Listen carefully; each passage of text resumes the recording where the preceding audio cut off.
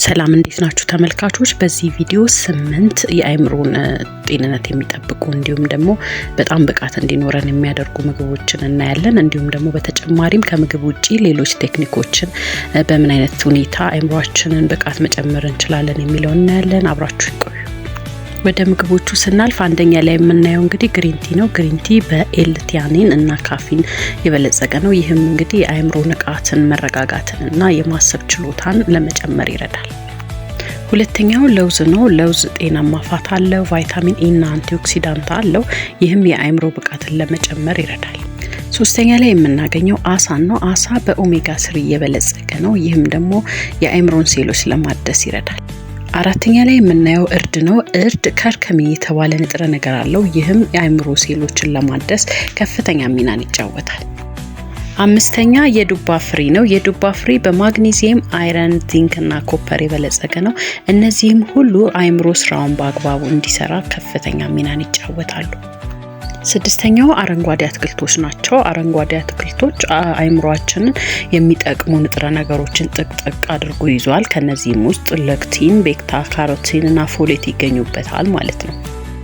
ሰባተኛ እንቁላል ነው። እንቁላል በኮላይን የተባለ ንጥረ ነገር አለው። ይህም ደግሞ የማስታወስ ችሎታን ለመጨመር በእጅጉ ይረዳናል ማለት ነው። በስምንተኛና በመጨረሻ ብሮኮሊ ወይንም አበባ ጎመን እናያለን። በአንቲኦክሲዳንት እና በቫይታሚን ኬ የበለጸገ ነው። ይህም ደግሞ ለአይምሮ ጤንነት እጅግ ጠቃሚ ነው ማለት ነው። እሺ ተመልካቾች እንግዲህ ምግቦቹን በዚህ መልኩ ካየን ሌሎች አይምሮን ሊያድሱ የሚችሉ ነገሮች ምን ናቸው ወደሚለው እንለፍ።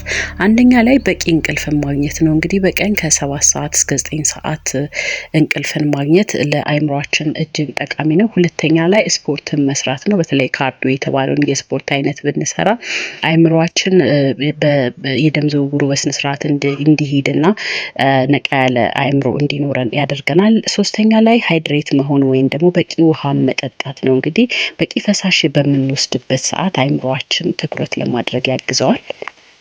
አራተኛ ላይ ሜዲቴት ማድረግ ነው። እንግዲህ ሜዲቴት ማድረግ ጭንቀትን ለመቀነስና ትኩረት ለማድረግ ይረዳል።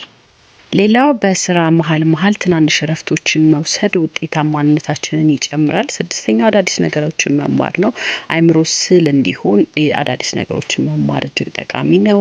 የመጨረሻው እንግዲህ ሶሻላይዝ ማድረግ ነው። እንግዲህ ከሰዎች ጋር ጥሩ ግንኙነቶችን መፍጠር ለአይምሮአችን ንቃት እጅግ ጠቃሚ ነው ማለት ነው። እሺ ተመልካቾች እንግዲህ ለዛሬ ይዤላችሁ የመጣሁት ቪዲዮ ይሄንን ይመስላል። በቀጣይ ቪዲዮ በሌላ ርዕስ እንገናኛለን። ስለ ጤናና ውበት መረጃዎችን፣ ትምህርቶችን ለማግኘት ከፈለጋችሁ ሰብስክራይብ ማድረጋችሁን እንዳትረሱ። በቀጣይ እንገናኝ። እስከዛው ሰላማችሁ ይብዛልኝ። ቻው ቻው።